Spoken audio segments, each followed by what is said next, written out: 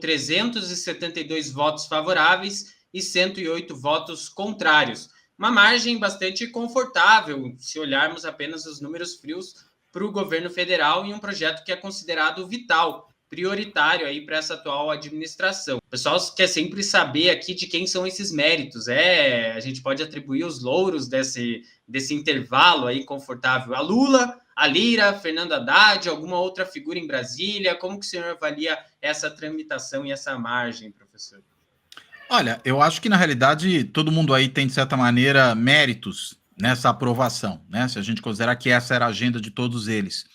E acho que os méritos vêm justamente de se fazer política e, consequentemente, de se negociar. E ao se negociar, se construir os consensos possíveis.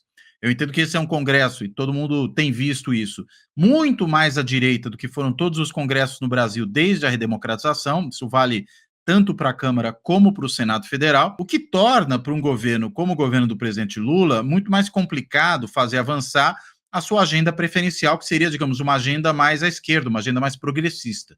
E aí tem que buscar pontos de acordo. Né? Acho que por isso, inclusive, né, na medida em que essa é uma política que permite pontos de acordo com esses setores mais conservadores, a política fiscal, a gente sabe que fazer ajuste fiscal, agenda fiscal é sempre um lema mais caro aos conservadores do que aos progressistas, mas, enfim, não quer dizer que governos progressistas também não tenham que fazer política fiscal, mas fica uma área em que os contatos são mais fáceis, em que é possível ter consensos mais fáceis desse ponto de vista, apesar, enfim, de alguns esperneios. A gente viu aí membros da bancada do PT que, mesmo reclamando, votaram a favor, votaram com o governo, né? E o PSOL, enfim, se comportando como o PSOL, né? Acho que a gente tem que entender, inclusive, de onde surge o PSOL, né? O PSOL surge como uma dissidência do PT, lá no primeiro governo Lula, em 2003, antes mesmo de haver o Partido PSOL, já eram chamados radicais do PT, assim que eles eram chamados naquele momento, por discordâncias com relação tanto à política econômica de então, do então ministro da Fazenda,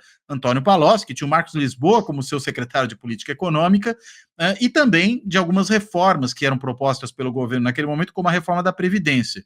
E dali saiu o PSOL. O PSOL nasce, portanto, dessa ala do PT que tinha dificuldades para poder, digamos, engolir alguns sapos na implementação de uma política de governo que dificilmente vai ser aquela política que ideal para um partido de esquerda, mas num presidencialismo de coalizão, isso acaba se tornando necessário. E mais ainda, claro, também por razões objetivas, muitas vezes, de necessidades econômicas.